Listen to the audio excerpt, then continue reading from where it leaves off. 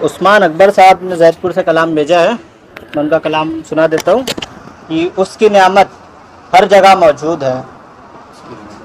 उसकी नियामत हर जगह मौजूद है, इसका मतलब है खुदा मौजूद है।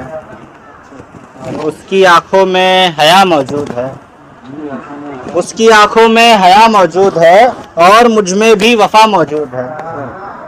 पूछना था आपसे मेरे लिए, पूछना था आपसे मेरे लिए, आपके दिल में जगह मौजूद है। और उसको भी है नाज खुद पर भी बहुत, उसको भी है नाज खुद पर भी बहुत, और मुझ में भी अना मौजूद है। जो खुदा से मांगा है वो सब मिला, जो खुदा से मांगा है वो सब मिला, इसका मतलब है खुदा मौजूद है। दर्द है दिल में बहुत अकबर मेरे, दर्द की दिल में दवा मौजूद है। ये थे उस्मान अकबर जैदपुर से।